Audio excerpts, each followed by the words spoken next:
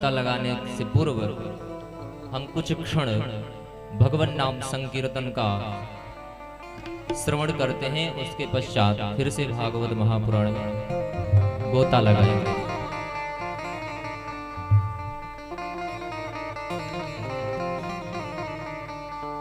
पार करेंगे नैया भज कृष्ण कन्हैया, पार करेंगे नैया भज कृष्ण कन्हैया, पार करेंगे नैया भज कृष्ण कन्हैया, पार करेंगे नैया भज कृष्ण कन्हैया, पार करेंगे नैया भज कृष्ण कन्हैया, पार करेंगे नैया। तो हमारे श्री परीक्षित जी महाराज के समस्त पुत्र पौत्र आदि जितने भी लोग हैं सब बड़े ही कुशल हैं। आज इस प्रथम दिवस में सभी लोग मिल करके इस कथा में भाग ले रहे हैं और इस कथा को प्रारंभ करवाए हैं। भाग्योदयेन बहुजन्म समर्जितेन सत्संगमं चलबते पुरुषो यदा वै। जब करोड़ों लाखों अरबों सालों का भाग्य जब उदय होता है तब श्रीमद् भागवत महापुराण सुनने का अवसर प्राप्त होता है। इसको आसान मत समझिएगा। ये कथा अगर आसान होता ना तो देव दुर्लभ नहीं होता। बोलो राधे राधे। आप सभी लोग जितने भी श्रोतागण हैं, प्रथम दिवस है, आप सभी को समझाना है कि आज से आपके सप्तम दिवस तक की कथा पर्यंत चलेगी। आप सभी लोग जब भी पांडाल में कथा श्रवण करने के लिए बैठे तो शांति बनाए रखें, आवाज मुख से बिल्कुल न निकले और श्रोता के जैसे बैठे और कथा श्रवण करें। जब भी आपको कुछ अच्छा लगे, आपके हृदय को कुछ छुए तो ताली जरूर बजाएं, क्योंकि भगवान तब ये जानेंगे कि हमारे पंडाल में लोग बैठे हैं। नहीं, कभी कभी भगवान भी भूल जाया करते हैं कि कौन कौन बैठा है। तो अगर भगवान तक जिसको संदेश पहुंचाना है वो अपनी ताली के द्वारा संदेश पहुंचाएगा। जब भी आपको कुछ अच्छा लगे, जब भी कीर्तन हो, जब भी सत्संग हो।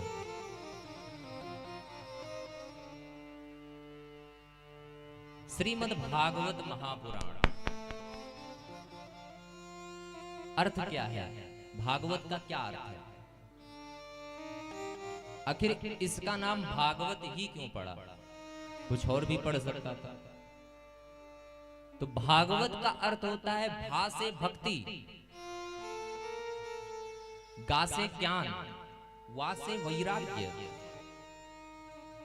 और ता से तारने वाली। अर्थात भक्ति, ज्ञान, वैराग्य को प्राप्त कराने वाली और संसार सागर के मोह बंधन माया मत्स्य ईर्ष्या से पार करने वाली। इसी को तो भागवत कहते हैं। प्रायः सभी लोग दुखी रहा करते हैं, महाराज बहुत कष्ट है, इतना कष्ट है महाराज कि आपसे बता नहीं सकते।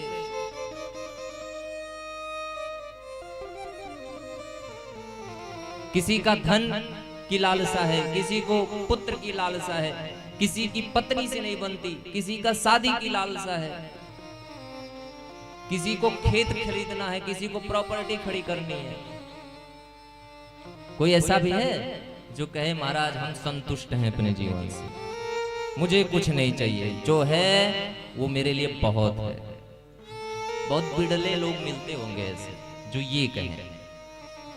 अत्यधिक लोग यही कहते हैं महाराज बहुत कम धन है, खाता खाली है,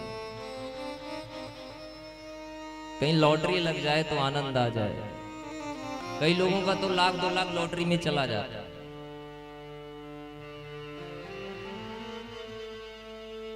सबके पास दुख है, प्रायः हमेशा हर समय सब दुखी है। सुखी कौन है? दीन कहे धनवान सुखी, धनवान कहे सुख राजा को भारी, राजा कहे महाराज सुखी, महाराज कहे सुख इंद्र को भारी। इंद्र कहे सुख चतुरानन को, ब्रह्मा कहे सुख इंद्र को भारी।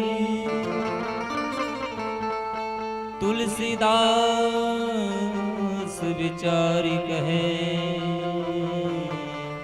हरि भजन बिना सब जीव दुखहारी।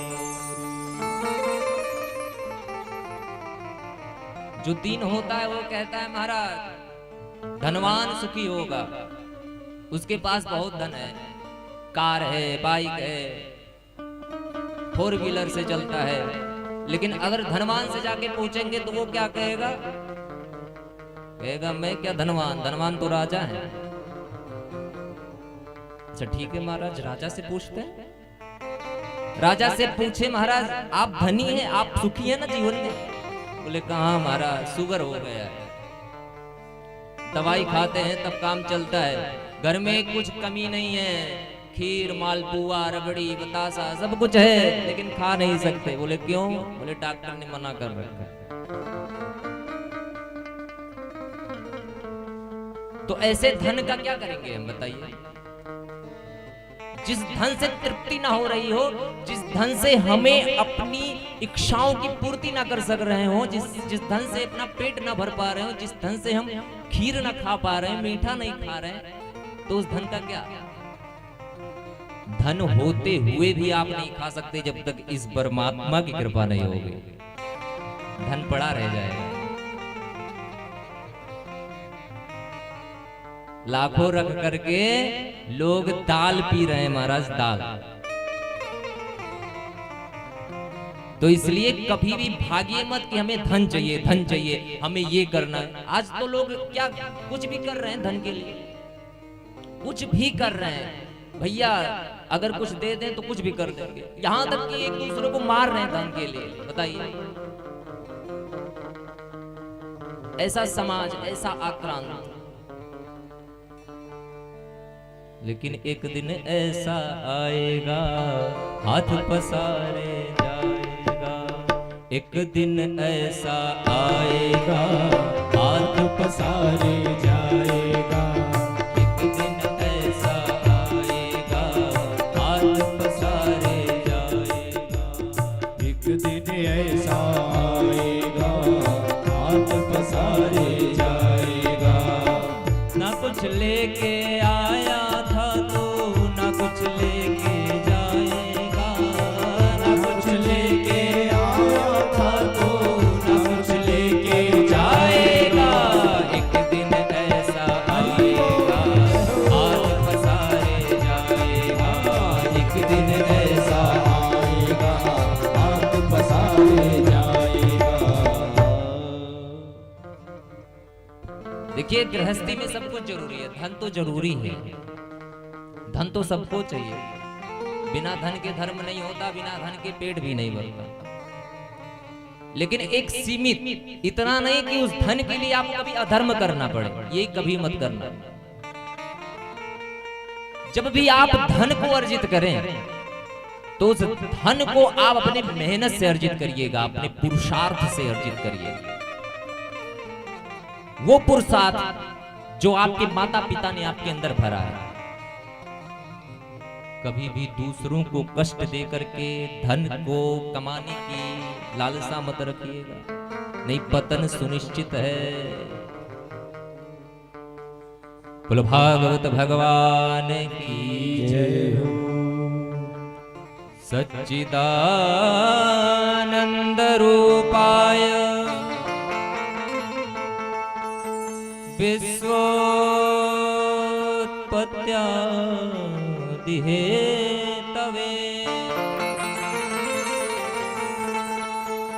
तापत्रय तापत्रय विनाशाय श्रीकृष्णाय वयं नमः।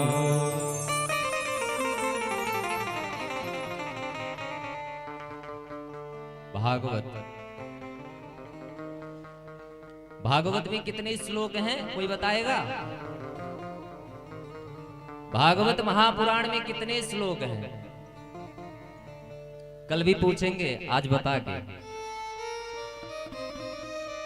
भागवत महापुराण में 18,000 श्लोक हैं।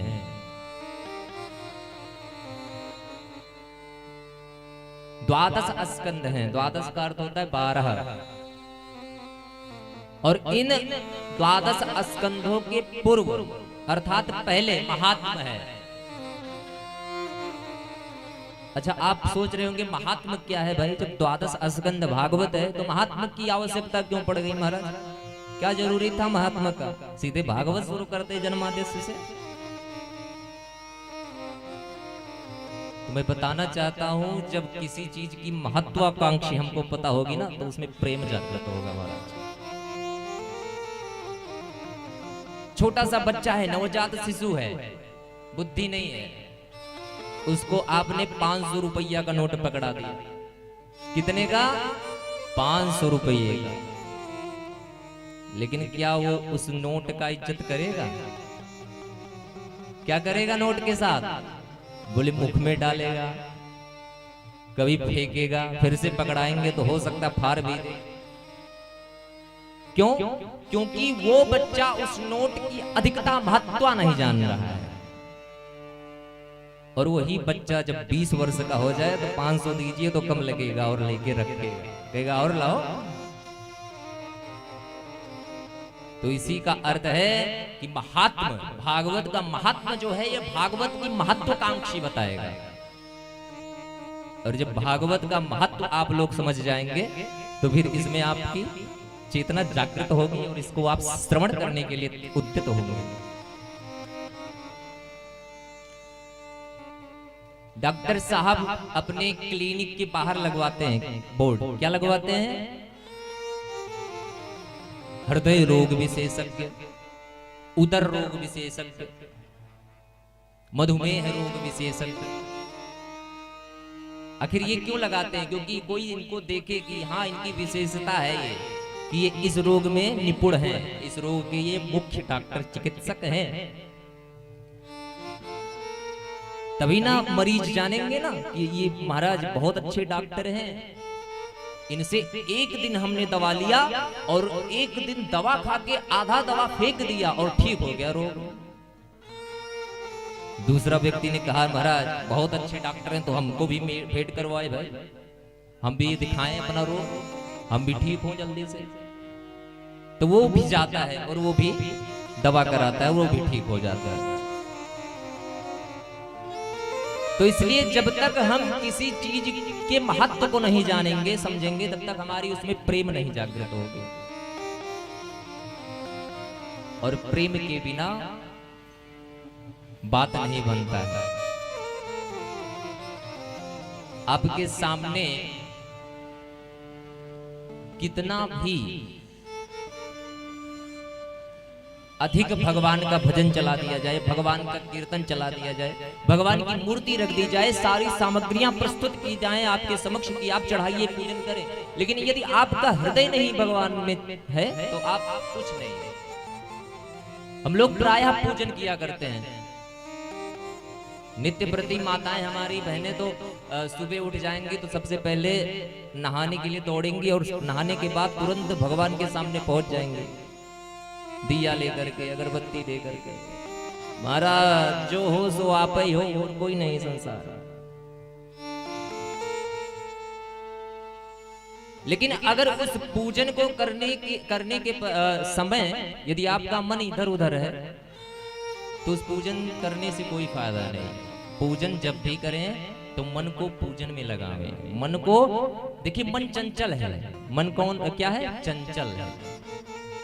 कितना भी बांध के आप बैठाएं लेकिन वो बैठ नहीं सकता, वो तो इधर उधर जाएगा ही। यहाँ पे भी जितने लोग बैठे हैं बहुत कम ही लोग यहाँ बैठे हैं, नहीं तो और सब लोग निद्रालय में हैं, बिस्तर पे कब जाएं और कब।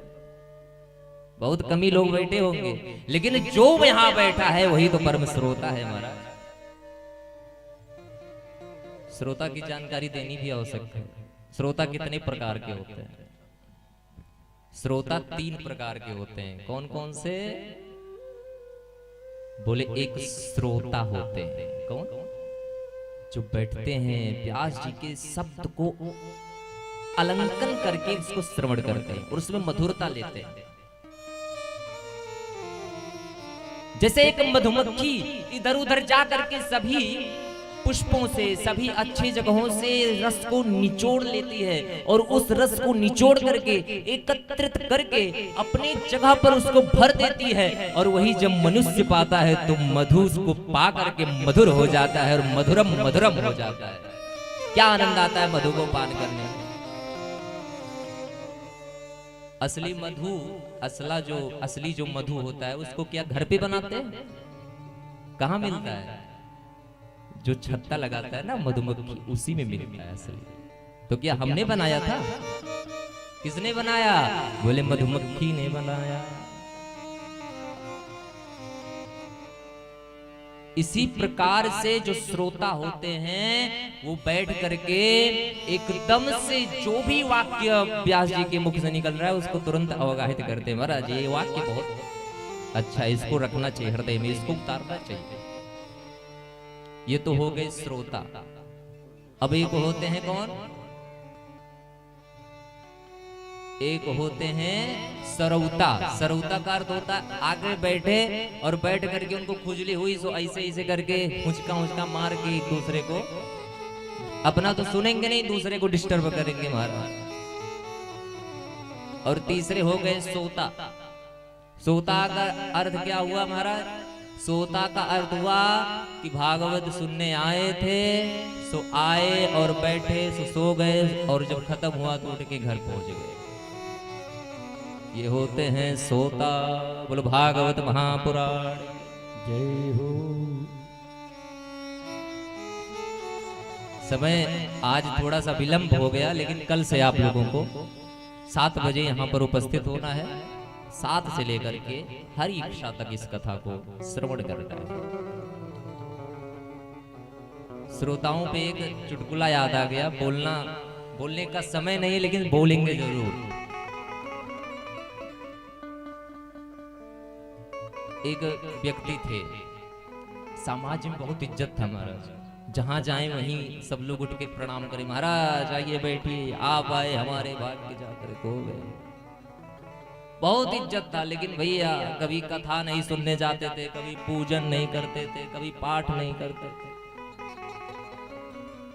पत्नी बहुत ही भक्तिवान थी। एक दिन की बात है कि उन व्यक्ति के बगल में भागवत महापुराण हो रहा था। सो पत्नी ने कहा कि महाराज आप भक्ति नहीं करते, आप भगवान को नहीं मानते, तो कम से कम जा करके भागवत सुनाओ, बगल में हो रहा है, थोड़ी देर जा करके बैठो वहां पे। अब भैया पत्नी की बात कौन मना करे, और अगर मना कर दे तो फिर क्या होता है वो पति ही जाने।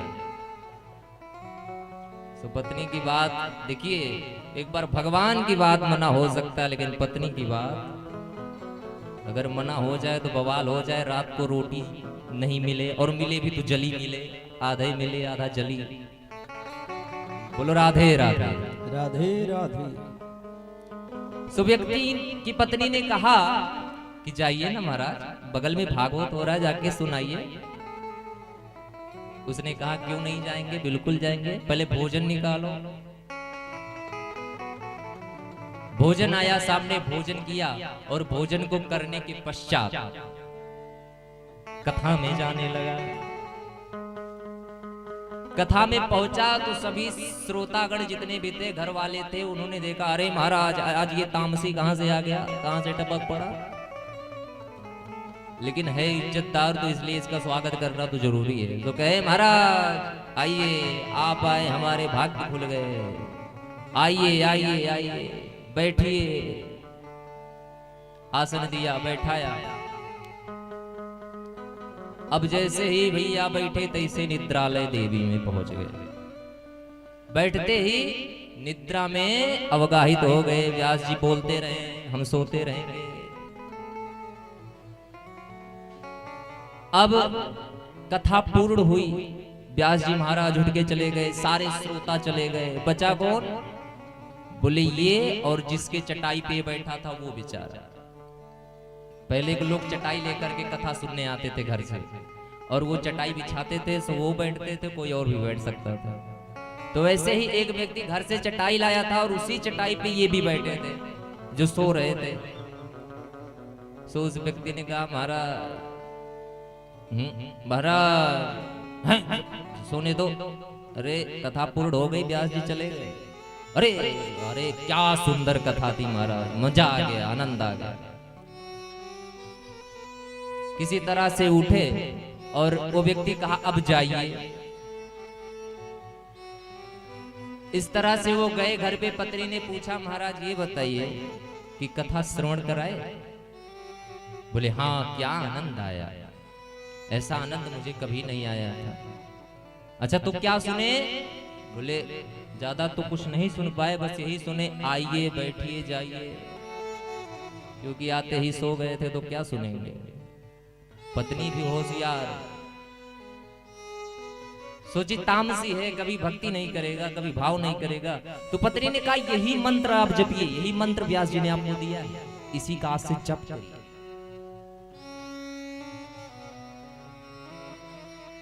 सुपति ने कहा ठीक है, इसी का जप करेंगे भाई, क्या दिक्कत है। अब रात्रि को सोने गया।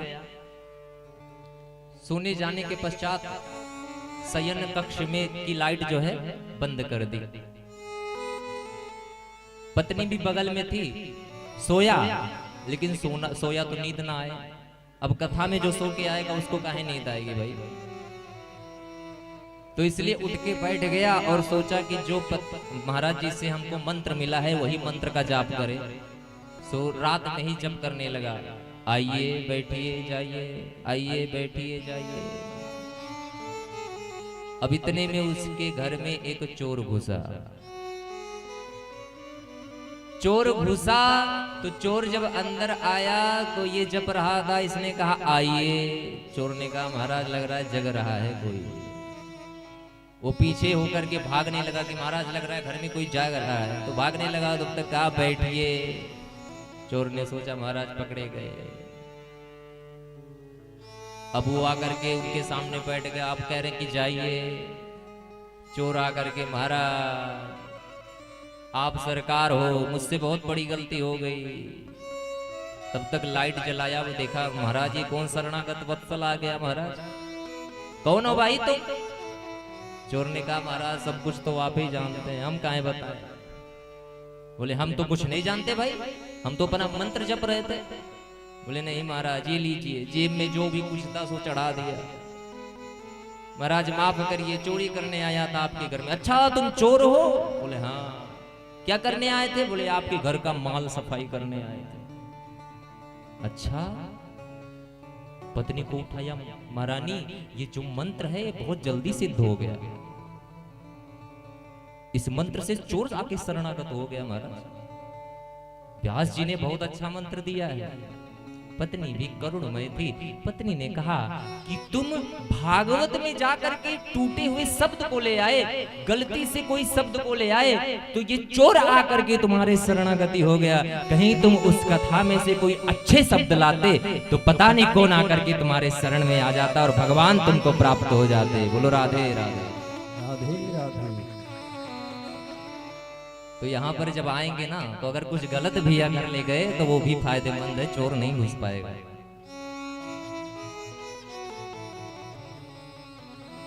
भागवत महात्मा का श्रवण आज आप लोग करेंगे, क्योंकि प्रथम दिवस में महात्मा का श्रवण कराया जाता है। भागवत का प्रथम श्लोक है सच्चिदानंद रूपाय विश्वोत्पत्त्यादिहेतवे। सत घन चित घन और आनंद घन। भगवान का स्वरूप कैसा है? बोले सत घन चित घन और आनंद घन। सत का क्या अर्थ है? बोले जिनकी सत्ता शासन तीनों कालों में बरकरार है। मुख्यमंत्री जी ने शपथ ग्रहण किया, आज से लेकर के 5 साल तक इनकी सत्ता रहेगी, हट नहीं सकती। लेकिन हाँ, 5 साल के बाद फिर से चुनाव होगा और उसके बाद जब ये जीतेंगे तब फिर बैठेंगे, नहीं तो हट जाएंगे। लेकिन भगवान को इस चुनाव के चक्कर में नहीं पड़ना है। वो तो सर्वथा भूतो न भविष्यति, वो भूत में थे, भविष्य में हैं, वर्तमान में तो चली रहे हैं। इनकी सत्ता कभी भी हटती नहीं है। दूसरा प्रशंसक बोले चित्त घन। चित्त का क्या अर्थ है? बोले जो चैतन्य है। अच्छा, प्रायः हम लोग किसी न किसी के मुख से सुनते ही हैं कि भगवान नहीं है, सब वही से पूछते हैं कहाँ है भगवान भाई? अरे इतना पूजा करता हूँ, इतना पाठ करता हूँ, सुबह से लेकर के शाम तक शरणागति रहता हूँ, भगवान के चरण से ही जुड़ा रहता हूँ, लेकिन दुख देखिए, इतना दुख है महाराज। तो मैं उन भक्तों से कहना चाहता हूँ कि महाराज जब आप घड़ा खरीदने जाते हैं ना बाजार से, तो उसको 5 बार ठोकते हैं, कहीं फूटा तो नहीं? अच्छा, वो घड़ा 5 रुपए का होता है। लेकिन अगर भगवान आपको स्वीकार करना चाह रहे हैं तो आपको कितनी बार ठोकेंगे भाई? तो आपको भी ठोकते बजाते हैं। तो जब ठोकते हैं तो आपको कष्ट होता है, तो कष्ट होता है तो आप चले जाते हैं उनके चंगुल से। भगवान पहले चंगुल में लेना प्रारंभ करते हैं, और अगर चंगुल का वो दर्द आपने सह लिया तो जब मुट्ठी में आ जाएंगे तो भगवान आपको खींच लेंगे, अपने शरण में कर लेंगे, और तब आनंद प्राप्त होगा।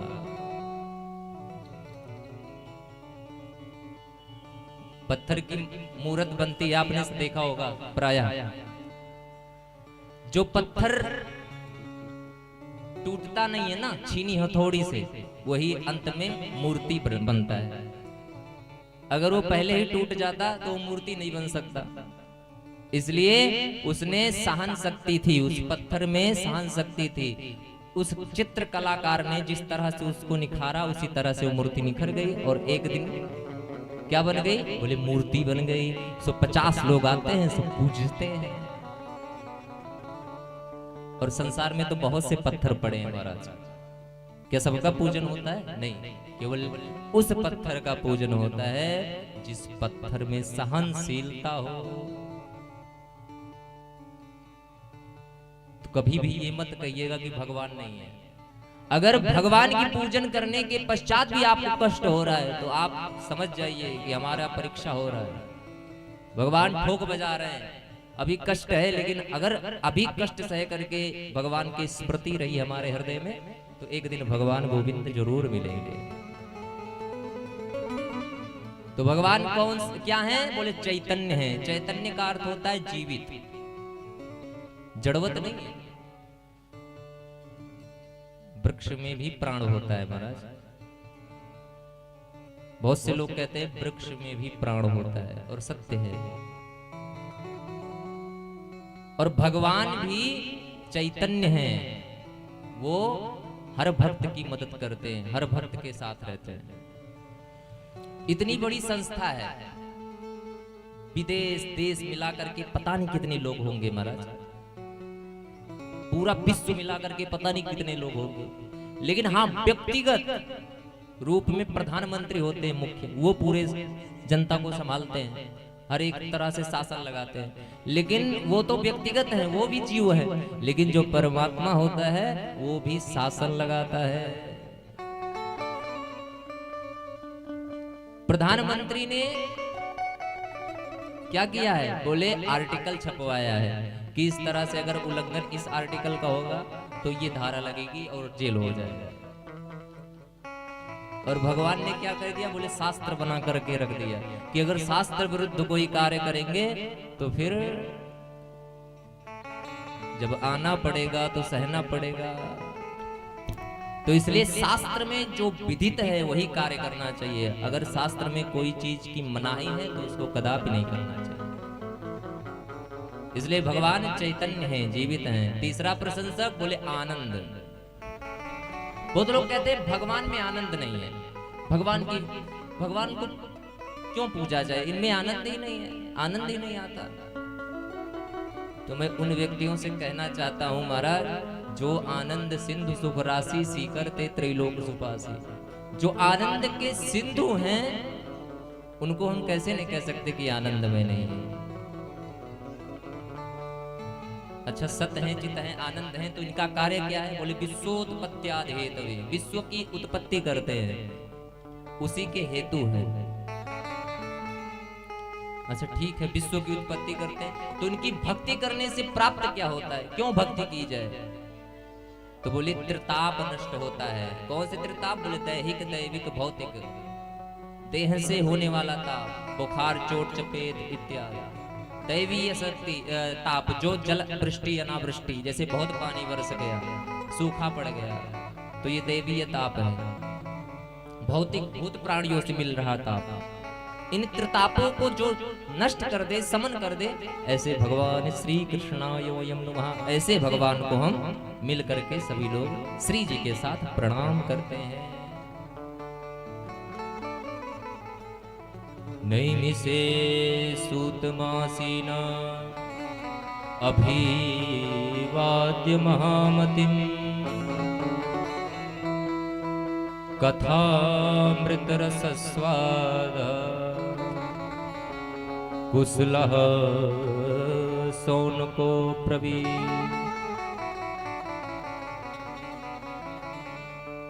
नैमिषारण्य की पावन भूमि पे 88,000 श्रोता समुदाय, जिसमें प्रधान प्रतिनिधित्व कर रहे श्री सौनक जी महाराज एवं व्यास मंच पे सुशोभित श्री सूत जी महाराज, जो 20 वर्ष के हैं, और सौनकादि ऋषि हजारों वर्ष के हैं, बहुत वृद्ध हैं, लेकिन वृद्ध होने के पश्चात भी कथामृत रसस्वाद कुशलः क्या है? बोले कथा अमृत को रसस्वादन करने में परम कुशल है।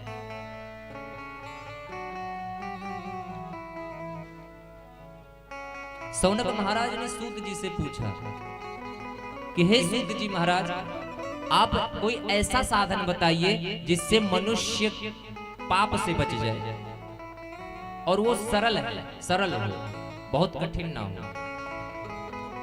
क्योंकि हे सूत जी महाराज, मैंने सुना है कि आपके ऊपर गुरु महाराज की कृपा है, गुरुदेव की कृपा है, कृपया करके उस कृपा में से थोड़ा सा कृपा हमारे ऊपर भी महाराज बरसा दीजिए। क्योंकि जिसपे गुरु जी का कृपा हो जाता है, वो व्यक्ति फिर व्यक्ति नहीं, वो परमात्मिक शक्ति से संपन्न हो जाता है।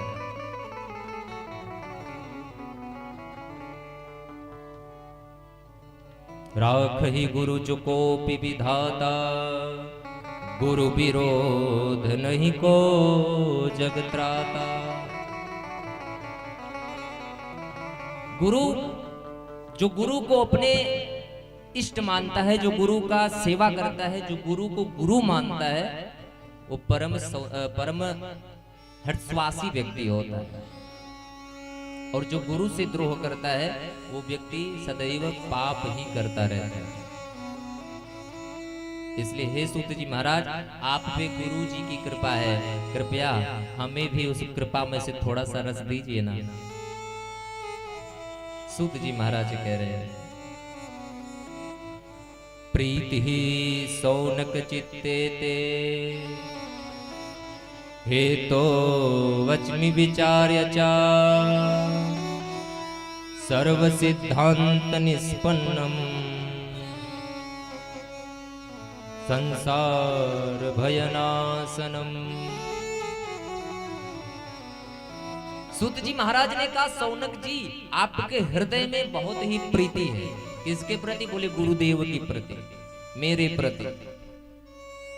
इसलिए मैं आपको वो कथा सुनाने जा रहा हूं जो संसार के भय को नाश कर दे। संसार भय नाशनम, संसार के भय को तक्षण भस्मीभूत कर दे। ऐसा कथा मैं आपको सुनाने जा रहा हूं, और वो कथा जो देवताओं को भी दुर्लभ है। क्यों दुर्लभ है महाराज? एक बार की बात है कि श्री सुखदेव जी महाराज परीक्षित को भागवत सुनाने जा रहे थे। सुदेवताओं को पता चल गया, देवता अमृत का कलश लेकर के प्रकट हो गए और आकर के सुखदेव जी महाराज से कहा, महाराज ये अमृत का कलश परीक्षित को पान करा दीजिए, क्योंकि इनको मृत्यु का भय है, और मुझे भागवत अमृत प्राण करा दीजिए।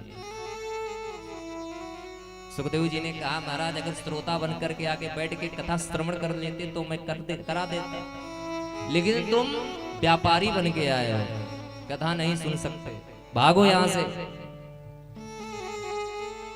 देवताओं को अभक्त मान करके भगा दिया। जो देव दुर्लभ है वो कथा मैं आपको श्रवण कराने जा रहा हूं।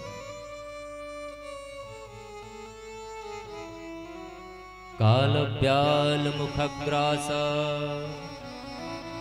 त्रास निर्णास हे तवे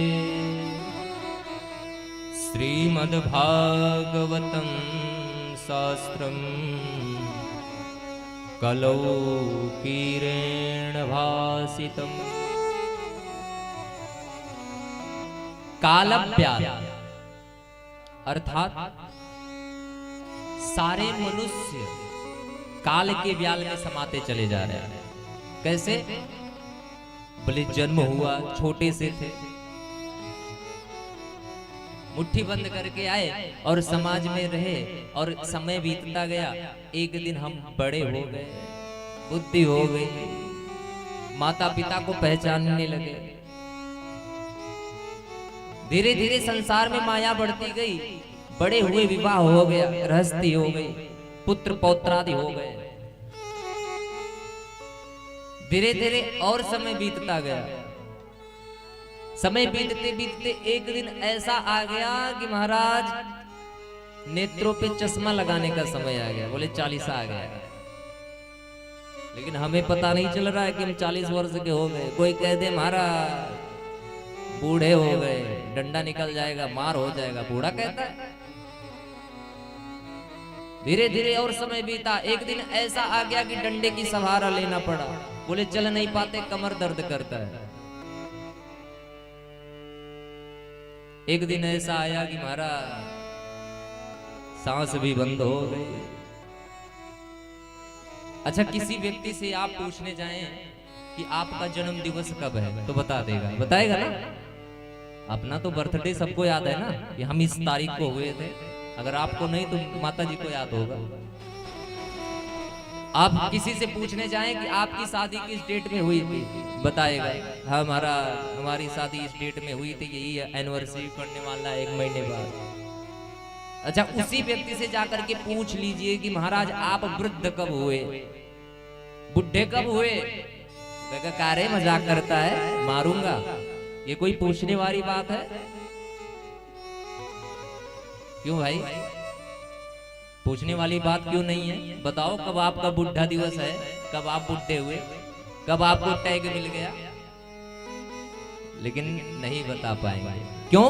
क्योंकि हमें आभास नहीं है कि जीवन किस तरह से बीत रहा है, कुछ पता नहीं है। हम बस अपने मस्ती में पड़े हुए हैं और एक एक क्षण, एक एक सेकंड, एक एक पल बीतता जा रहा है। इतना तेजी से बीतता है ये क्षण कि हमें पता नहीं चलता कि हम कब किशोर थे, कब युवा हुए और कब वृद्ध हो गए। अच्छा, किसी किसी से अगर हम पूछें कि महाराज आप भजन क्यों नहीं करते, कर लो ना। इस संसार में रहना कब है ये कोई पता नहीं है, पता नहीं कब प्राण निकल जाए। कोई लिख के नहीं आया है कि हम इतने दिन तक जिएंगे, किसी को कुछ पता नहीं है। तो उससे उसकी तरफ से जवाब आएगा, अभी हम जवान है यार, हम काहे भगवान के भजन करें, वृद्ध होंगे तब देखा जाएगा। भगवान भी बोलते हैं ठीक है, चलिए हो सकता है अभी ना करे तो कुछ दिन बाद करे, कह रहा है। भगवान भी कहते हैं चलो हो सकता है कुछ दिन बाद करे। थोड़ा दिन बीतता है, युवा होता है, लोग कहते हैं अब तो भजन कर लो। बोला अभी बहुत टाइम है, अभी तो वृद्ध होंगे तब भजन करेंगे, अभी तो बहुत टाइम है मेरे पास। ठीक है, धीरे धीरे बात चलती है, आगे बढ़ता है, आगे बढ़ता है। एक दिन वृद्ध हो जाता है, भैया अब तो भजन कर लो, अब तो भगवान की भक्ति कर लो, अब तो कथा सुन लो, अब तो तीर्थ कराओ। बोलता है क्या फालतू पैसा फूके, तीर्थ करने में बेकार का पैसा जाएगा। इससे अच्छा अगर वही पैसा हम कहीं अपने योजना में लगा देंगे और खाते में जमा कर लेंगे तो 4 पैसा बचा रहेगा। 4 पैसा रहेगा तो पोती नाती का शादी करने में लगेगा। एक दिन ऐसा आता है महाराज, सब कुछ छोड़ के चला जाना पड़ता है लेकिन कुछ कर नहीं पाते हैं, कुछ नहीं कर पाते। वो कुभाग्यशाली व्यक्ति होते हैं जो कुछ नहीं कर पाते, और वो भाग्यशाली व्यक्ति होते हैं जो ये ना सोच करके कि आज नहीं कल करेंगे और कर लेते हैं, तो एक दिन सीना तान के जाते हैं और जाकर के भगवान यमराज के सामने खड़े हो जाते हैं और कहते हैं तो मुझे पाप देखते हैं क्या पाप दोगे, कोई पाप ही नहीं किया मैंने। तो इसलिए जितना भी समय है उसमें भगवान की आराधना करिए, भक्ति करिए, क्योंकि कंजूसी करने से काम नहीं चलेगा, पैसा जमा करने से काम नहीं चलेगा। ऐसे एक व्यक्ति थे महाराज, बहुत कंजूस थे। अरे कंजूस छोड़िए, मक्खी चूस थे। घी में अगर मक्खी गिर जाए तो चूस के फेंक दें, लेकिन वैसे नहीं फेंके। अरे मक्खी में घी लगा है, ऐसे कंजूस थे। एक दिन ऐसा आया कि वृद्ध हो गए, और ऐसे वृद्ध हो गए कि पता चला कि आज मरेंगे कि कल मरेंगे। ध्यान से सुनिएगा, कोई भी बात जब आप लोग ध्यान से सुनेंगे तभी आनंद आएगा, नहीं तो कितनी भी गूढ़ रहस्य, कितना भी रोचक तथ्य आपके सामने प्रकट किया जाए, आपका मनीराम जी यहाँ नहीं बैठेंगे तो सब कुछ बेकार है। तो इसलिए मनीराम जी को यहीं पे बैठाइए, ऐसा ना हो कि मनीराम जी बाजार घूमने चले जाएं भाई। इसलिए मनीराम जी को यहीं बैठाइए और कथा श्रवण करिए। बहुत कंजूस, इतना कंजूस महाराज कि जब पुत्र कहेंगे बाबा जाकर के ना थोड़ा तीर्थ यात्रा कराओ, अरे छोड़ो, तीर्थ जा करके कोई राजा हुआ है जो हम होंगे। बच्चे कहते रह गए। एक समय ऐसा आ गया कि मरने का समय आ गया, आज मरेंगे कि कल मरेंगे। पुत्रों ने देखा तो बहुत ही कष्ट हुआ महाराज, पिताजी एकदम तड़प रहे हैं।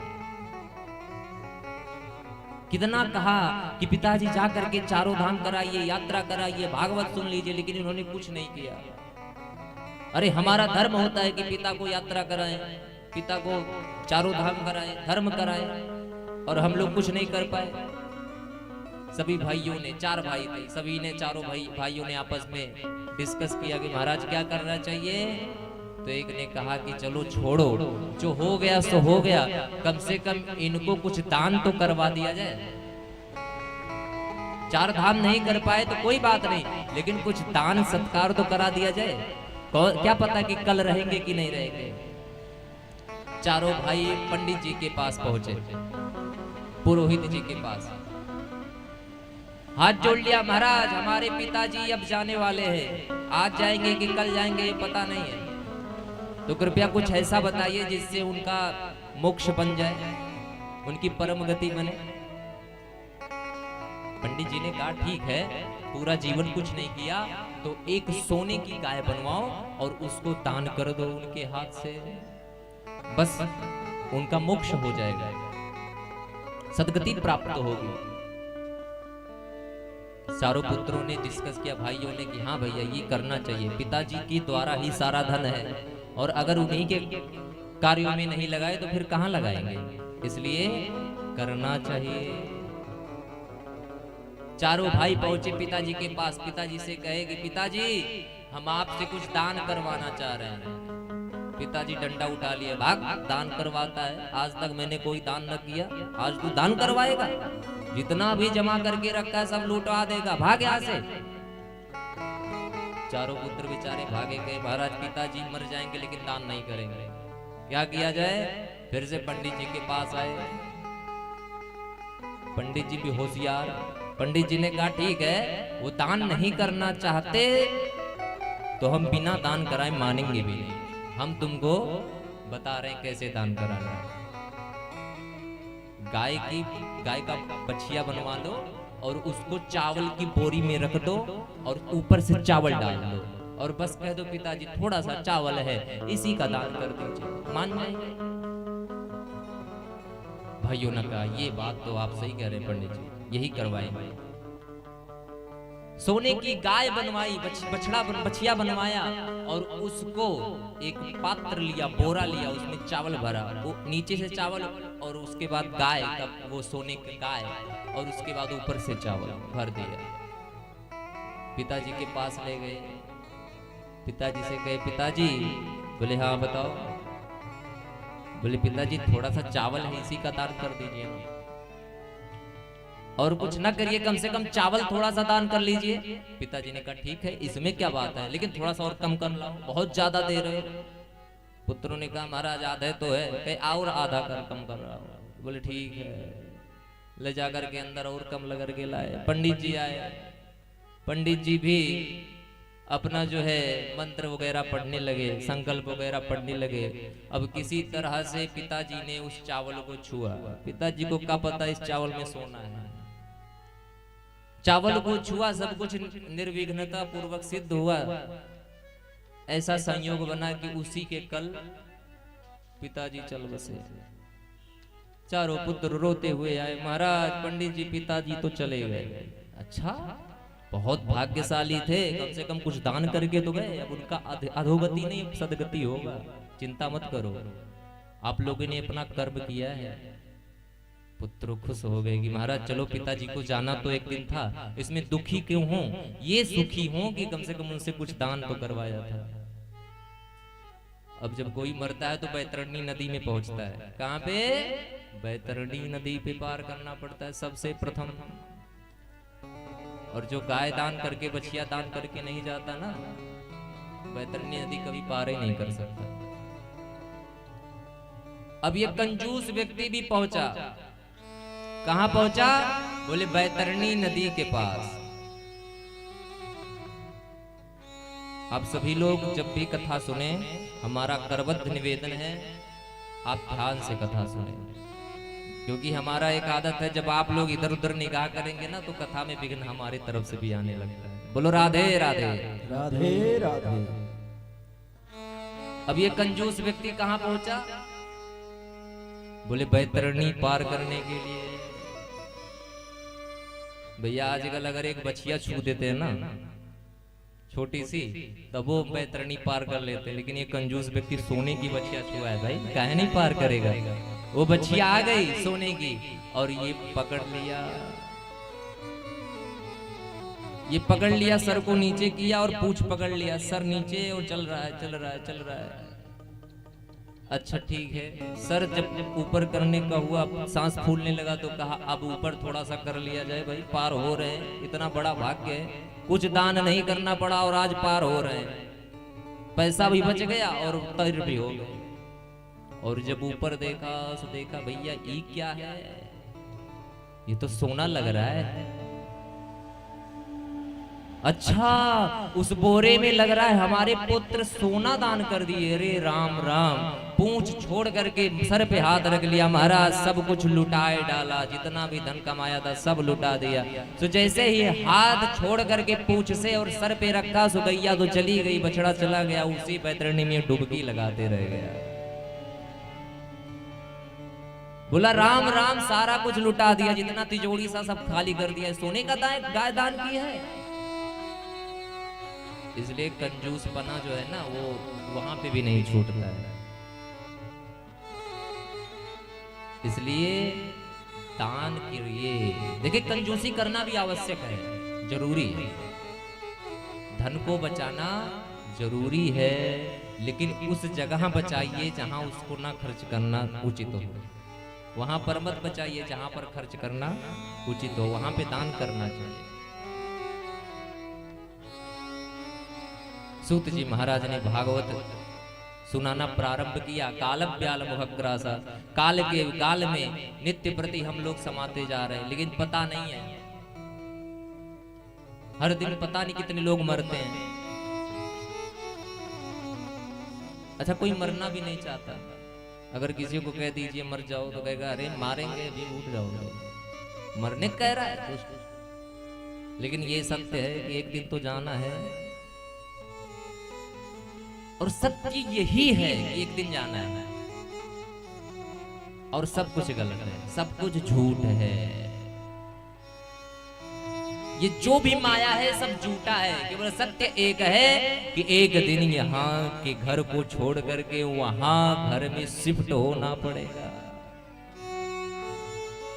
और अगर यहाँ से चाबी लेकर नहीं गए तो वहां का ताला नहीं खुलेगा, तो बाहर ही रहोगे, उठी डरोगे उसी ठंडी में, और कोड़े पीछे से और पड़ेंगे। तो इसलिए यहाँ से भक्ति रूपी चाबी लेकर के जाइए और ताला खोलिए, स्वरूप में घुस जाइए, एसी चला लीजिए, अपना आराम से रहिए। लेकिन उसके पहले यहाँ पर भक्ति रूपी चाबी को तैयार करना पड़ेगा। तो कैसे तैयार होगा? बोले कीर्तन भजन से, भगवान का श्रवण करने से, कथा श्रवण करने से। तो इसलिए जब भी हमें समय मिले तो भागवत जरूर सुनना चाहिए। बोलो राधे राधे। राधे राधे। एकदा हि विशालायां चत्वार ऋषयो मलाः सत्संगार्थं समायाता तद्रुसोस्तत्र नारदम्। सूत जी महाराज ने कहा कि ये कथा जो है ब्रह्मा जी के द्वारा नारद जी ने प्राप्त की थी। ब्रह्मा जी को किसने दिया? बोले विष्णु भगवान ने दिया। कितने श्लोकों में दिया? बोले 4 श्लोकों में। सबसे पहले ये भागवत चतुश्लोकी थी, 4 ही श्लोक में था। वो किसके पास था? बोले भगवान विष्णु के पास था। और वही भागवत विष्णु भगवान ने ब्रह्मा जी को दिया और कहा इसका पाठ करते रहिए, माया नहीं सताएगा।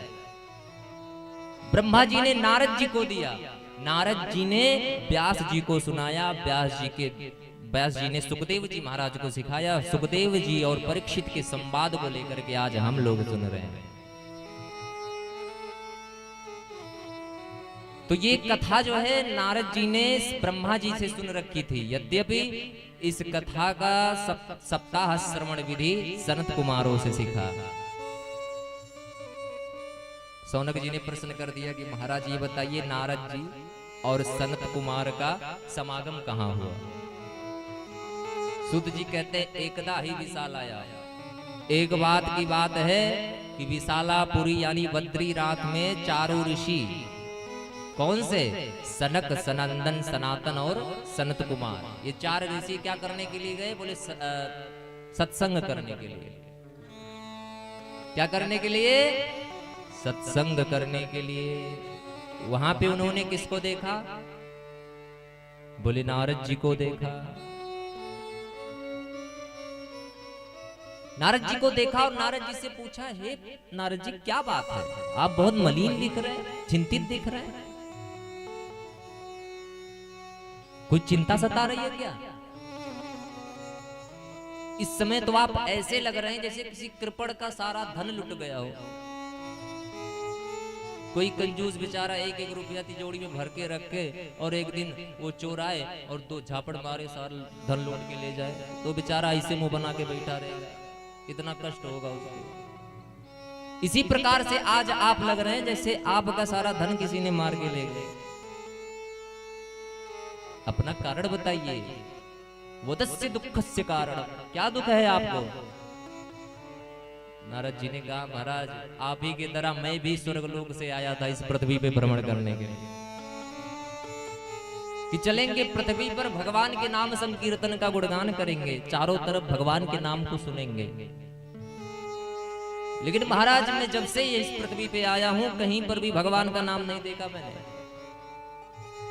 कहीं पर किसी भक्त के मुख के द्वारा भगवान का नाम नहीं हो रहा है।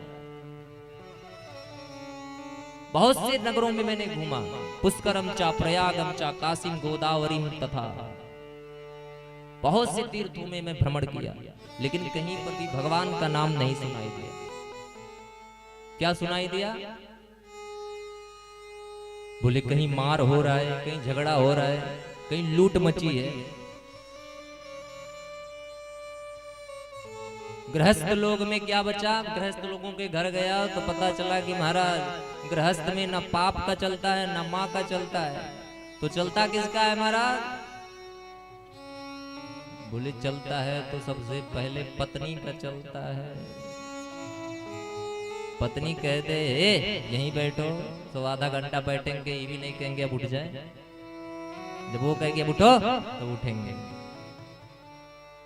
अगर ना कहे तो महाराज हमको तो लग रहा है कि एकदम लीन हो जाए तपस्या में। स्याल को बुद्धिदायका, और बुद्धि उद्धि किसी से नहीं ले रहे हैं, पिताजी से नहीं पूछ रहे हैं कि पिताजी गाड़ी लावे कि ना लावे, पिताजी ये खेत में क्या बोए, ये भी नहीं ले रहे। किससे ले रहे हैं? बोले स्याल को बुद्धिदायका।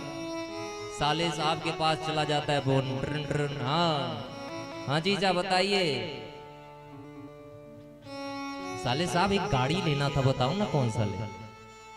तो जब साले साहब बताएंगे तो वही गाड़ी लिया जाएगा।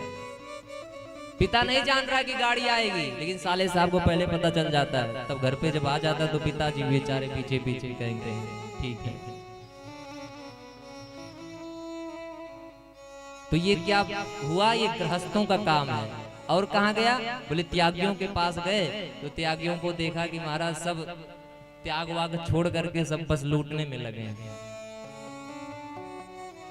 ये सब देखते देखते मैं जब यमुना तट पर आया तो एक मैंने आश्चर्य देखा, एक मैंने आश्चर्य देखा। कौन सा आश्चर्य? बोले एक युवती, तरुणी युवती, युवा युवती, युवाणी बैठी हुई है और उसके दोनों जंघे पर, दोनों पैर पे दो पुरुष अचेत अवस्था में पड़े हुए हैं। मैंने देखा तो मैं सोचा कि चल के इनसे मिलता हूँ और इनको पूछता हूँ क्या बात है, लेकिन एक बार फिर सोचा कि यहाँ जाने से कोई फायदा नहीं है, अपना रास्ता देखो। लेकिन फिर वो जब हमको देखी तो बुलाई, भो भो साधु क्षणं तिष्ठ मच्चिन्तामपि नाशया, दर्शनं तव लोकस्य सर्वथा घरं परम्। मैं वहां पर पहुंचा तो मैं एक युवती को देखा जिसके दोनों तरफ अचेत अवस्था में दो पुरुष पड़े हुए हैं। वहां पर पहुंचा, उसने बुलाया, मैं गया और पूछा आपका क्या नाम है? तो उस युवती ने बोला कि मेरा नाम भक्ति है। अहम भक्ति ऋतिख्याता इमौ में तनयो मतौ। मेरा नाम भक्ति है और ये जो मेरे दोनों पुरुष, जो दोनों बगल जो ये पुरुष पड़े, ये हमारे पुत्र हैं। नारद जी ने कहा महाराज ये आश्चर्य मैंने पहले आज देखा। आज तक माता वृद्ध हुआ करती थी, पुत्र युवा होता था। आज पुत्र वृद्ध है और माता युवा है। ये आश्चर्य मैं आज देख रहा हूँ। क्या बात है? भक्ति भैया ने कहा क्या करे महाराज, ये कलयुग का प्रकोप है। इस कलयुग में न ज्ञान है न वैराग्य है। उत्पन्न द्रविड़म साहा क्वचिन महाराष्ट्र।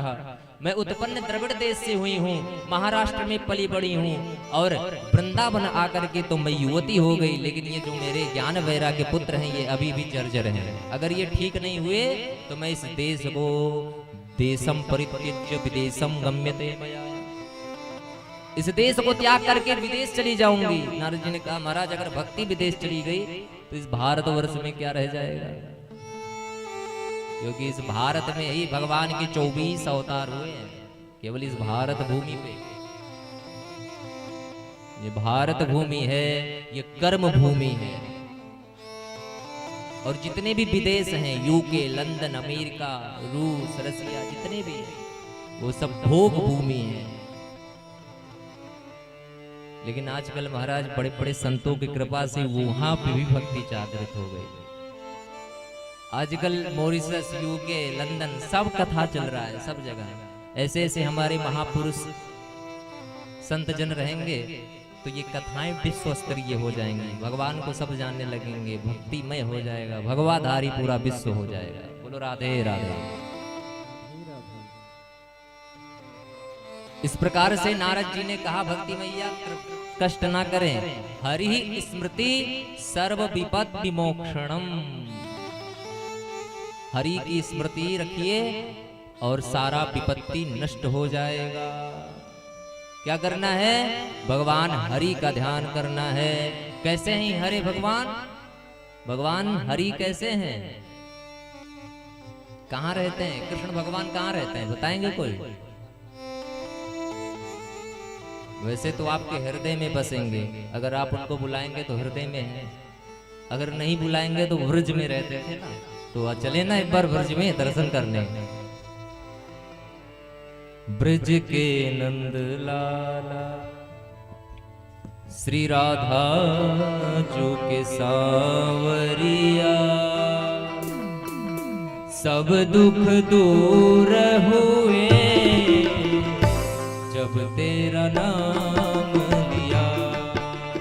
ब्रज के नंद लाला श्री राधा जो के सावरिया, सब दुख दूर हुए जब तेरा नाम लिया।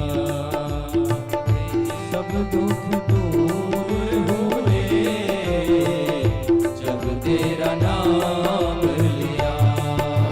ब्रज के नंद लाला हरि बोल के सावरिया, सब दुख दूर हुए जब तेरा नाम लिया। सब दुख दूर हुए जब तेरा नाम लिया। जय हो।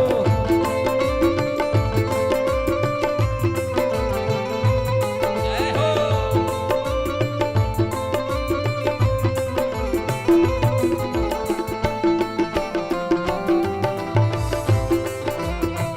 बोलो बांके बिहारी लाल के। जय हो।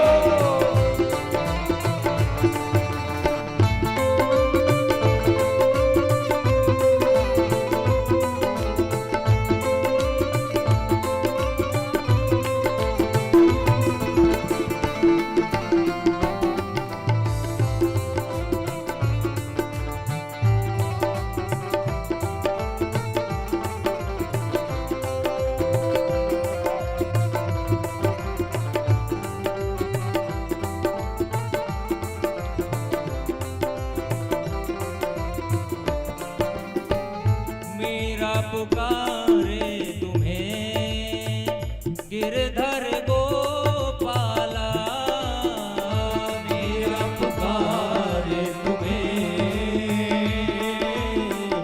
गिरधर गोपाला। क्या पुकारे तुम्हें गिरधर गोपाला, बन गया अमृत में विष का भरा प्याला।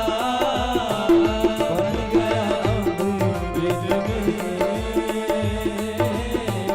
विष का भरा प्याला, विष का भरा प्याला। हो कौन मिटाए उसे जिसे तूने राख लिया। सब दुख दूर हुए जब तेरा नाम लिया। सब दुख दूर हुए जब तेरा नाम लिया। ब्रज के नंद लाला हरि बोल के सावरिया, सब दुख दूर हुए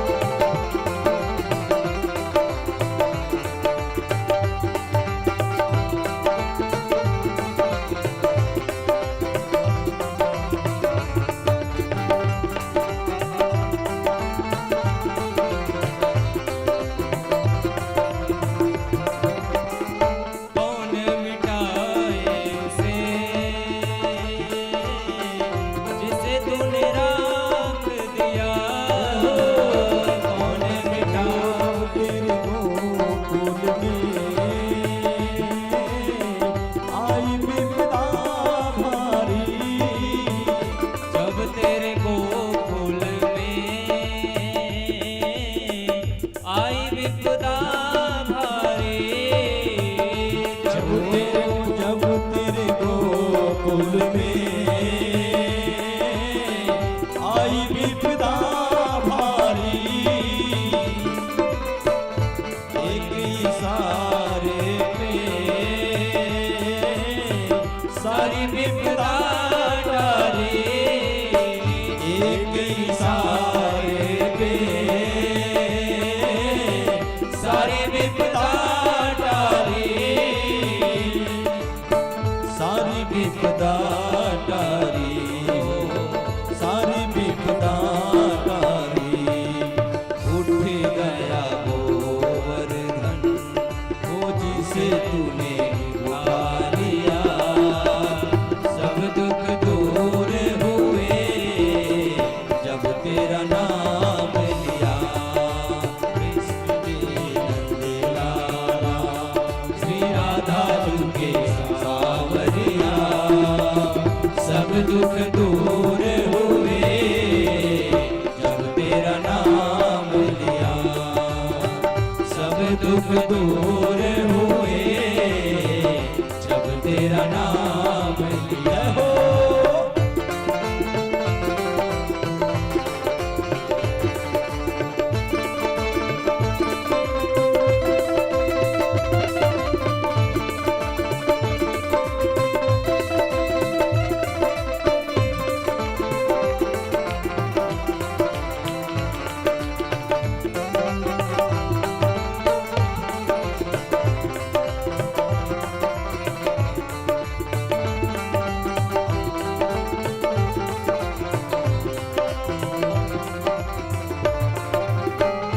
मीरा पुकारे तुम्हें गिरधर गोपाला, मीरा पुकारे तुम्हें गिरधर गोपाला। बन गया अमृत में राधे विष का भरा प्याला, बन गया अमृत में विष का भरा प्याला, विष का भरा प्याला, विष का भरा प्याला। कौन मिटाए उसे जिसे तूने राख लिया, सब दुख दूर हुए जब तेरा नाम लिया, सब दुख दूर हुए जब तेरा नाम लिया।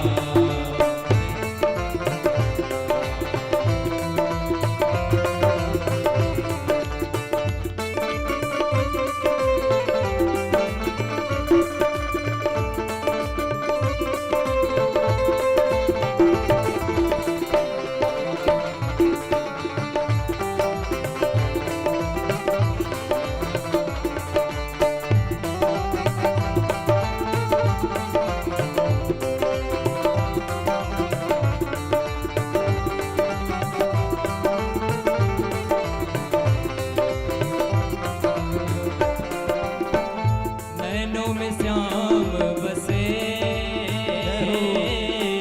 मन में गिरधारी, नैनों में श्याम बसे मन में बनवारी। सुध बिसराए गई बंसी की धुन प्यारी, सुध बिसराए गई बंसी की धुन प्यारी, बंसी की धुन प्यारी, बंसी की धुन प्यारी।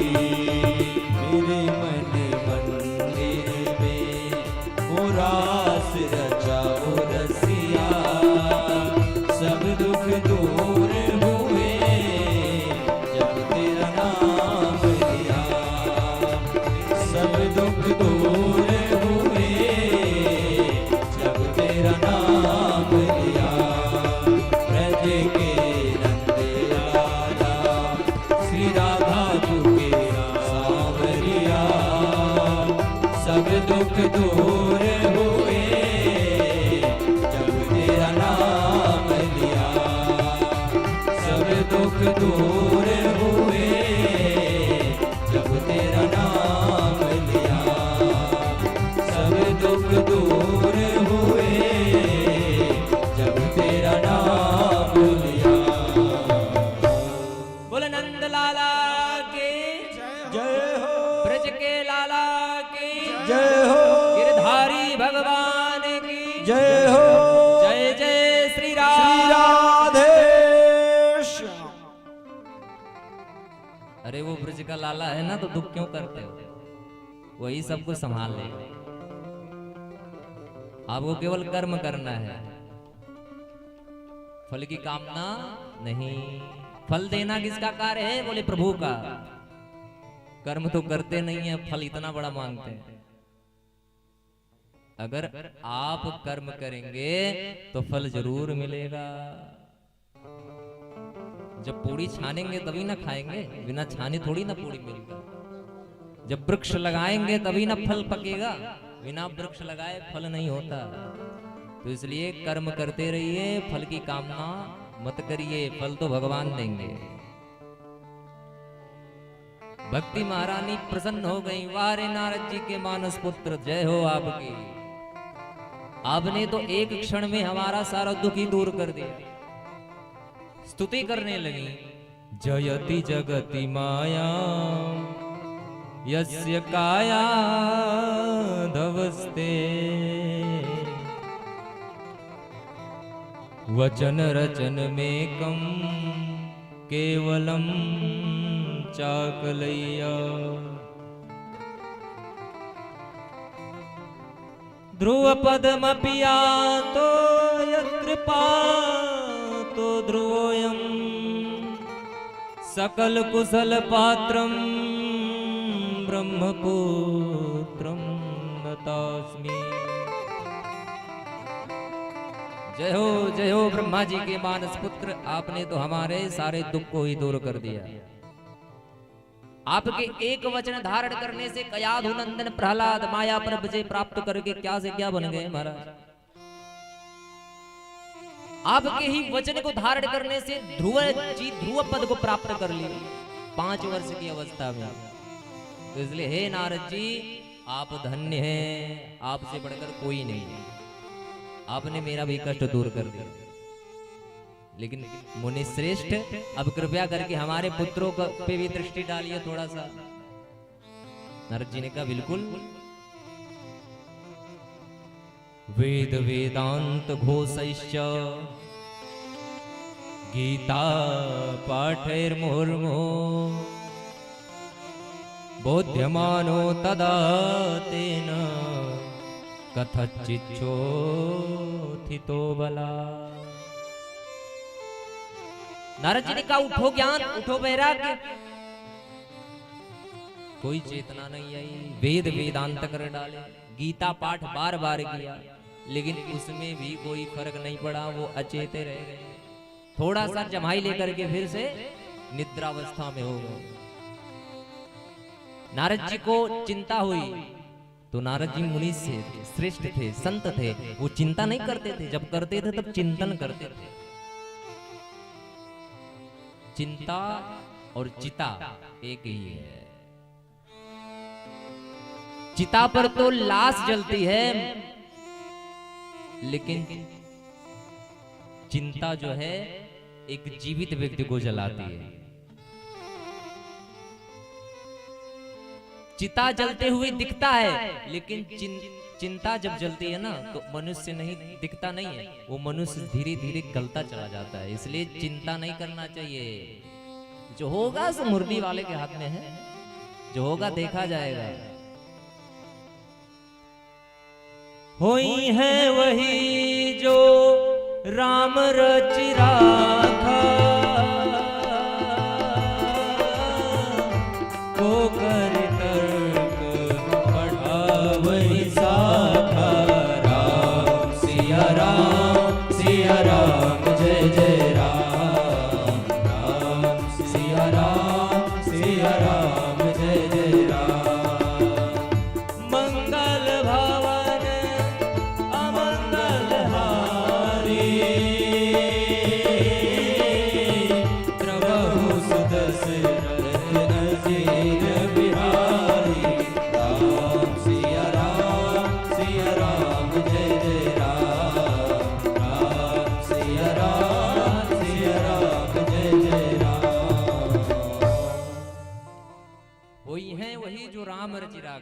हम लोग अच्छा प्रायः हम लोग यही चिंता करते हैं ना, हमेशा चिंतित, हमेशा। हम तो महाराज ऐसे ऐसे व्यक्तियों को देखते हैं कि अगर चिंता में पड़ जाए तो मुड़िए ऊपर नहीं होता है। हमारे साथ जो पंडित जी लोग चलते हैं ना, तो कभी कभी जब हम लोग साथ में पढ़ते हैं तो माला जब अंदर रहता है तो सर नीचे हुआ जाया करता है, तो हम पूछते हैं क्या चल रहा है, बोले क्या करें, बहुत ज्यादा चिंता है। तुम कहते चिंता मत करिए, चिंतन करिए। किसके चरणों में? बोले बाल कृष्ण लाल के चरणों में। अगर चिंता करेंगे तो आपकी हानि है, चिंतन करेंगे तो आपका लाभ है। तो चिंतन करना चाहिए, चिंता नहीं करना चाहिए। जो कुछ हो रहा है वही करवा रहा है, जो कुछ होगा वही करेगा। आप तो बस एक करता है, करनाने वाला तो वो है। तो इसलिए कभी भी चिंता नहीं करना चाहिए। नारद जी भी चिंता नहीं किए, चिंतन किए, हाथ जोड़ करके प्रभु का ध्यान किए, महाराज आप ही कुछ रास्ता दिखाओ। वेद वेदांत कर डाला, गीता पाठ बार बार किया, लेकिन ज्ञान वैराग्य फिर भी कोई चेतना इनमें नहीं आई। तो क्या हुआ?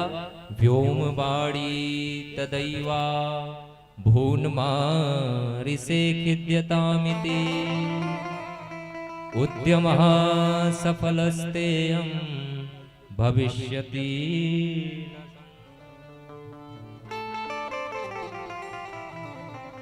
बोलो राधे राधे। राधे राधे। भविष्यति न संशयः उद्यमः तव नारद। हे नारद जी आपका ये उद्यम निसंदेह सफल होगा, चिंता न करें।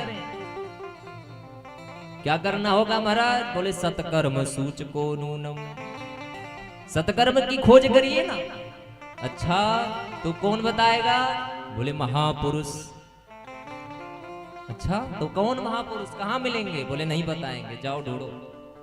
नारद जी निकल लिए और जाकर के सबसे पूछ रहे हैं भैया सत्कर्म क्या होता है। अब कोई महानामी डॉक्टर किसी व्यक्ति से पूछे भैया सुई कैसे लगाया जाता है, तो क्या वो बताएगा? वो कहेगा महाराज आप ही इतने बड़े सिंघल साहब हैं, इतना इतना बड़ा बड़ा ऑपरेशन कर देते हैं, हमसे सुई लगाने पूछ रहे हैं, सब भागते हैं, कहते हैं ये लगता है। इसी प्रकार से नारद जी सत्कर्म पूछने निकले तो सब भाग रहे हैं कि महाराज नारद जी को कौन सत्कर्म बताए, वो तो साक्षात सत्कर्म के स्वरूप है, वो साक्षात भगवान ईश्वर के स्वरूप है। नारद जी भी भगवान के अवतारों में से हैं, तो नारद जी को कौन सत्कर्म बताए? जिसके पास जाएं वो कहे महाराज आज हमारा मौन व्रत है, आज हम बोल नहीं सकते, आपको नहीं बता सकते। कोई कोई तो भाग लिए। ये सब देखते देखते बद्रीनाथ में पहुंचे और वहां पर 4 ऋषि से सत्संग हुआ। और 4 ऋषि कौन? सनक सनंदन सनातन सनत कुमार। अब नारद जी कह रहे हैं हे ऋषिवर, हे मुनि श्रेष्ठ, आप ही मुझे वो सत्कर्म बता सकते हैं। सनत कुमारों ने कहा भैया नारद जी चिंता न करें, हमारे अंदर से पहले ही वो सत्कर्म विद्यमान है।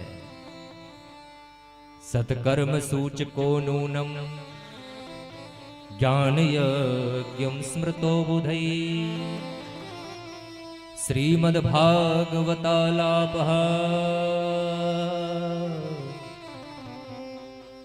सतुगीता सुकादिवे।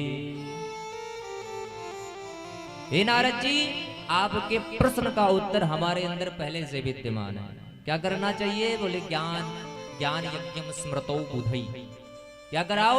श्रीमद् भागवत महापुराण का कथा करवाइए और गीता पाठ बार बार करवाइए।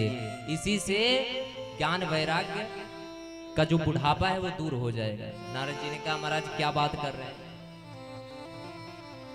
अरे जिस चीज से श्रीमद् भागवत महापुराण तैयार हुआ है, बना है, वो गीता, वो वेद, वो उपनिषद सब कुछ मैंने सुना डाला, तो इस भागवत से क्या होगा? शरद कुमारों ने कहा महाराज अगर आप आम खा रहे हो वृक्ष से तोड़ के तो आम कैसा लगता है? कोई बताएगा? आम का स्वाद कैसा होता है? अच्छा बताइए आम कौन कौन खाया है? हाथ उठाइए आप लोग। आम कौन कौन खाया है? कच्चा कौन खाया, पक्का कौन खाया, और टिकोरा कौन खाया भैया? आम के बहुत भाई राजा है फलों का, बहुत कहाँ की बैठे हैं भैया आम वाले। बोलो राधे राधे। राधे राधे। तो सनत कुमार कह रहे हैं आम अगर हम लेते हैं तो खाते मीठा लगता है, लेकिन वही आम छोड़ करके फेंक करके अगर उस आम जिस चीज से बना है वृक्ष से, तो वृक्ष के पत्ते को चबाए तो क्या मीठा लगेगा? अच्छा बताइए पत्ता कौन कौन चबाया है, हाथ उठाइए। अच्छा इसमें भी वाह, यहाँ पे हर प्रकार के श्रोता मिलेंगे, खरीदना हो भैया तो बताओ क्या बात है। पत्ते भी चबाने वाले हैं यहाँ पे, लेकिन पत्ता चबाने में कैसा लगता है बोले स्वाद का पता नहीं है, लेकिन हाँ उसी पत्ते से निर्मित फल जब मिलता है तो क्या आनंद आता है महाराज।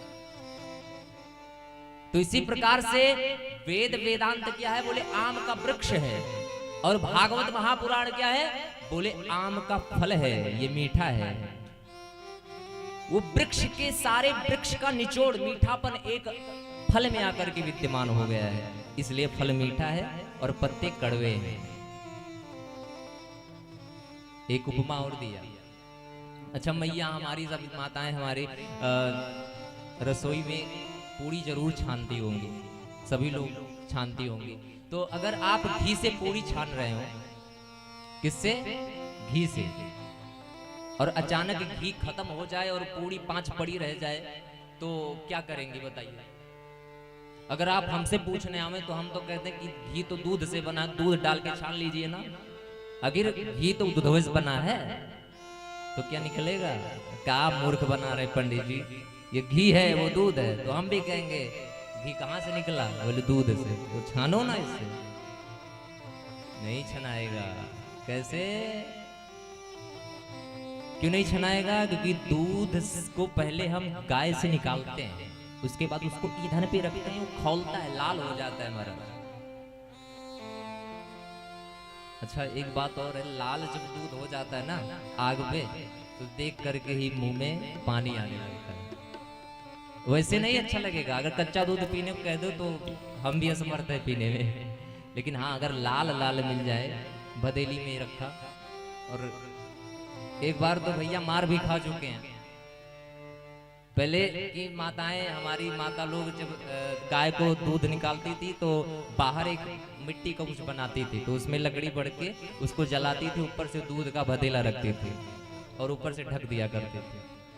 अब वो दिन भर उसी में उबले महाराज। अच्छा छोटे थे, हमने सोचा कि भैया आज दादी नहीं है तो चलो आज कुछ निकाला जाए। भाई वैसे तो मिलता नहीं है। अब हमने क्या किया, एक लोटा निकाल करके पी गए। अब दादी आई तो कहीं भैया ये दूध काहे कम है, तो हमारे भाई साहब है उन्होंने बता दिया कि यही पिया है, तो पड़ गया। तो इसलिए भगवान भी दूध का चोरी करते थे, मक्खन का चोरी करते थे। और ये कोई चोरी नहीं होता है, खाने पीने की चोरी चोरी नहीं। और जो बच्चे बालक होते हैं उनका चोरी चोरी भी नहीं पता होता। रुपया पैसा का चोरी नहीं होना चाहिए। बोलो राधे राधे। राधे राधे।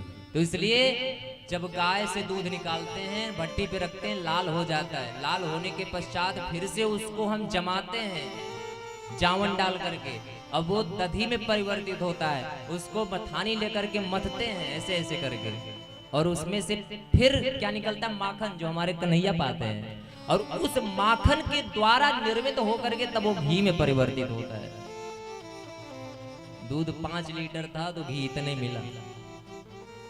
किसी को दे दिया जाए कि महाराज 5 लीटर दूध ले जाइए और घी बना के लाइए। सो ले गया और 5 लीटर दूध ले गया, और जब लाने को हुआ तो इतनी सुक्की लाया। बोला भैया दूधवा कहाँ गया हमारा? बोले यही तो है। बोले अच्छा, हमने तो 5 लीटर भेजवाया था। बोले गया, सब जल गया, यही बचा है। हमेशा जो अच्छी चीजें होती है ना, जो अच्छी चीजें होती हैं उसका मूल्य बड़ा होता है। दूध से घी का मूल्य बड़ा है।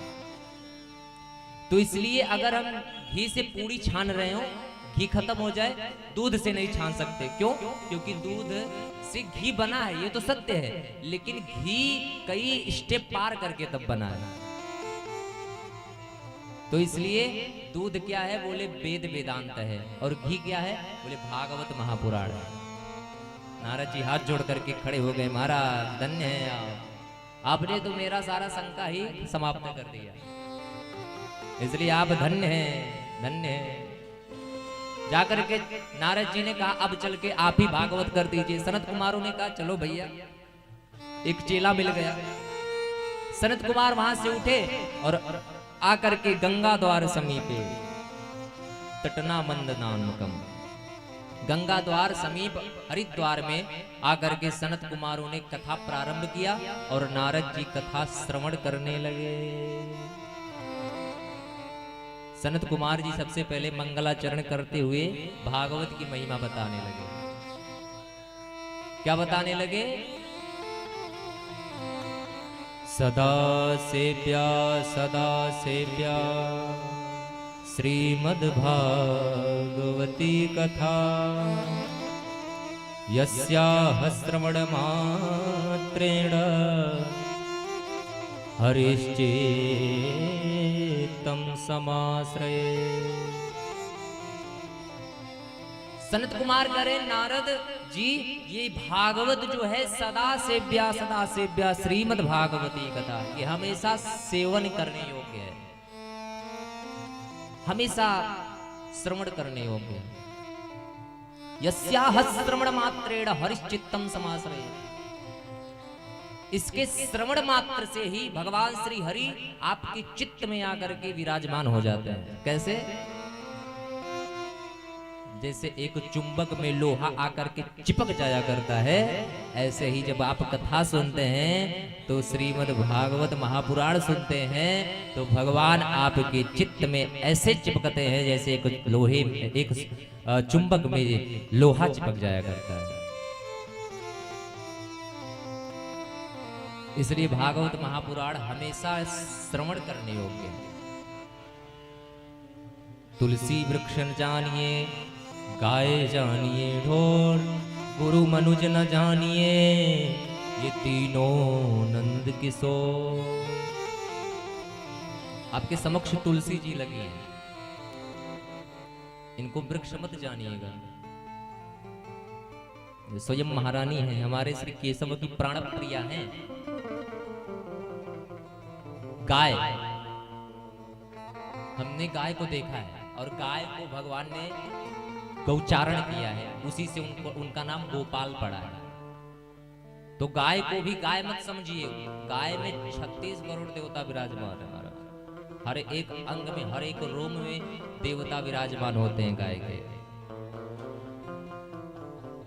गुरु को मनुष्य नहीं समझना चाहिए, गुरु को हमेशा देव स्वरूप समझना चाहिए। ये तीनों नंद किशोर हैं, नंद किशोर के समान हैं। इतना बता रहे थे, तब तक क्या देखा कि उस कथा के पांडाल में कौन आ गया? बोले भक्ति मैया आ गई। किसके साथ? बोले ज्ञान और वैराग्य के साथ। तो ज्ञान वैराग्य कैसे हो गए? बोले युवा हो गए। किसकी कृपा से हो गए? बोले श्रीमद् भागवत महापुराण की कृपा से हो गए। बोल भागवत भगवान की जय हो। भक्ति सुतौ तौ तरुणौ गृहीत्वा प्रेमैकरूपा सहस विरासे। श्री कृष्ण गोविंद हरे मुरारी, नामेति नामानि मुहुर्वदन्ति। श्री कृष्ण गोविंद हरे मुरारी, हे नाथ नारायण वासुदेवा। श्री कृष्ण गोविंद हरे मुरारी, हे नाथ नारायण वासुदेवा। कृष्ण गोविंद हरे मुरारी, हे नाथ नारायण वासुदेवा। कौन आ गया? बोले कथा के मध्य भक्ति मैया प्रकट हो गई और अपने दोनों पुत्र ज्ञान और वैराग्य के साथ ताता थैया करके नाचने लगे। महाराज आकर के हाथ जोड़ करके सनत कुमारों से पूछा, महाराज हमको बैठने के लिए कोई आसन दीजिए, कहां बैठूं? सनत कुमारों ने कहा, महारानी आपके आसन के लिए यहाँ पर सभी श्रोता बैठे हैं, इन्हीं के हृदय में जाकर के बैठ जाइए ना। आहा, भक्ति मैया जाकर के समस्त श्रोताओं के हृदय में बैठ गए। और जहां भक्ति होती है हमारे भक्तिमय श्री भगवान वहां पर जरूर आ जाते हैं। तो जैसे ही समस्त श्रोताओं के हृदय में भक्ति ज्ञानानी विराजमान हुई, तैसे ही भगवान भी अपना निज लोक वैकुंठ छोड़ करके समस्त श्रोताओं के मध्य हृदय में आकर के विराजमान हो गए।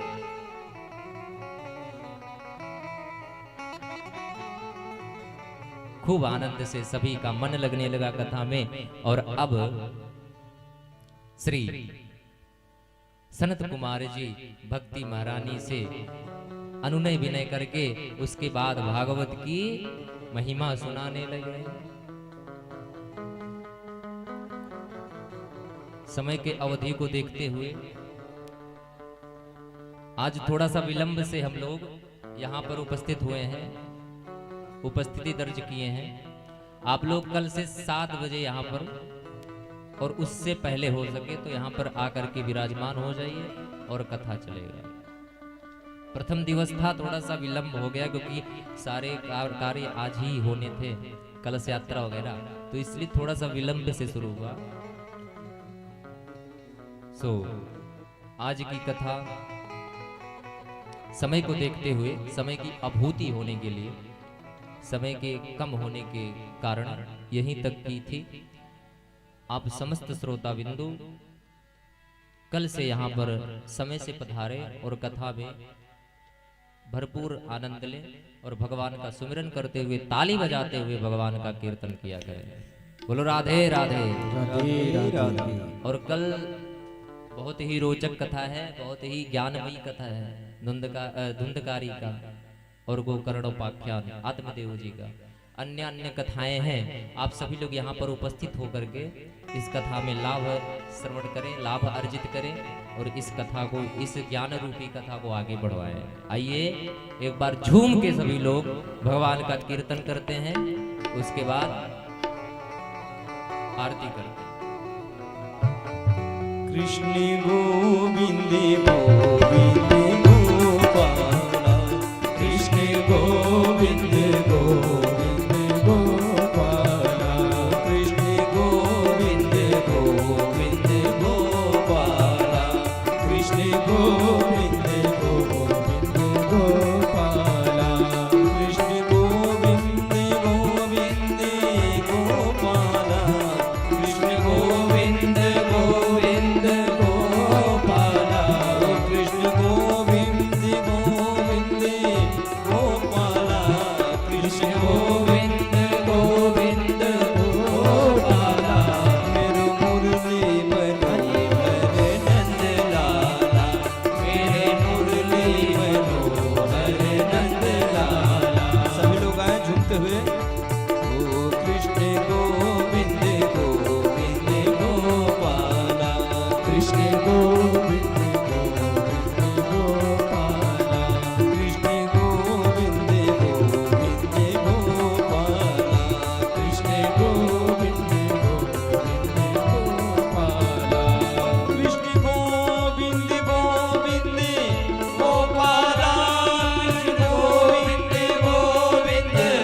गोपाला, मेरो मुरली मनोहर नंद लाला, मेरो मुरली मनोहर नंद लाला, मेरो मुरली मनोहर नंद लाला, मेरो मुरली मनोहर नंद लाला, मेरो मुरली मनोहर नंद लाला, मेरो मुरली मनोहर नंद लाला। कृष्ण गोविंद गोविंद गोपाला, कृष्ण गोविंद गोविंद गोपाला, कृष्ण गोविंद गोविंद गोपाला, कृष्ण गोविंद गोविंद गोपाला, कृष्ण गोविंद गोविंद गोपाला, कृष्ण गोविंद गोविंद गोपाला। बोले भागवत भगवान की जय हो, सरयू मैया की जय हो, गंगा मैया की जय हो, यमुना मैया की जय हो। आज के आनंद की जय हो। जगत जननी जगदम्बिका मैया की जय हो। जय जय श्री राधे।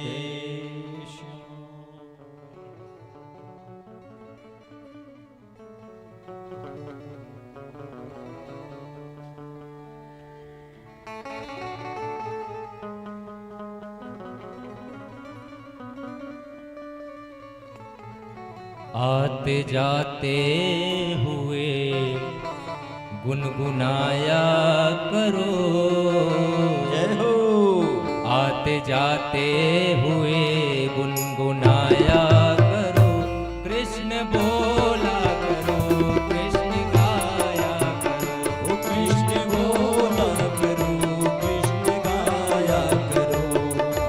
आते जाते हुए गुनगुनाया करो, आते जाते हुए गुनगुनाया करो, कृष्ण बोला करो, कृष्ण गाया करो, कृष्ण बोला करो, कृष्ण गाया करो।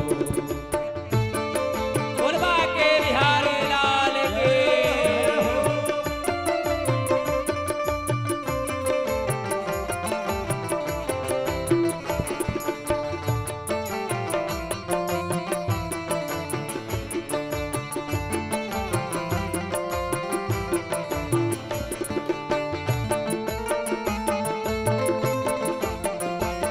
जय हो।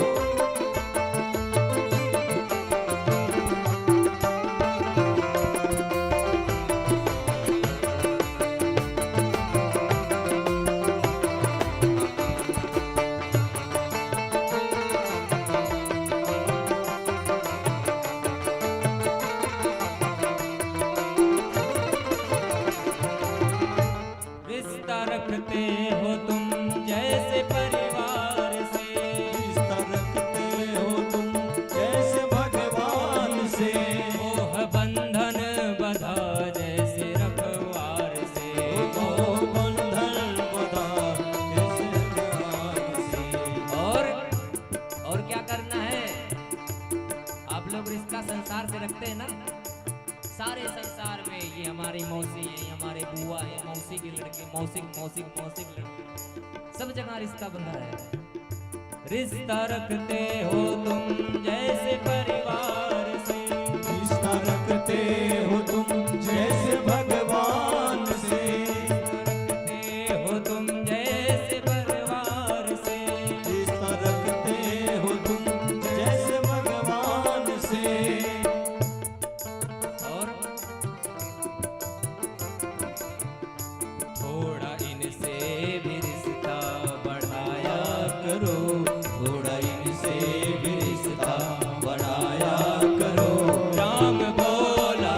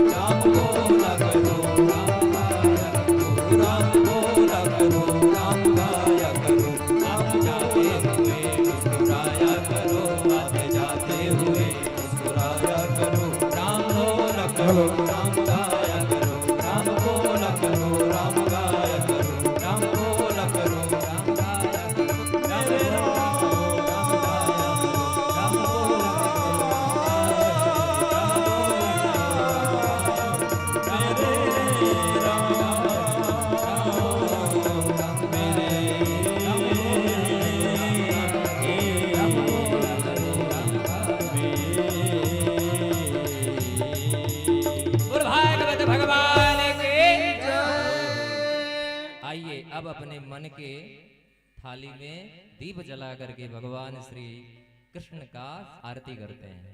चलिए। हरि ओम माइदगुं हवि प्रजननं मे सुदसवीरगुं सर्वगणगुं स्वस्ताये आत्मसनि प्रजासनि पशुसनि लोकसन्यभयसनि अग्निः प्रजां बहुलां मे करोतु अन्नं मयूरेतोऽस्मा सुधत्ता आरारतिज्ञाम्। श्री भागवत भगवान की है आरती।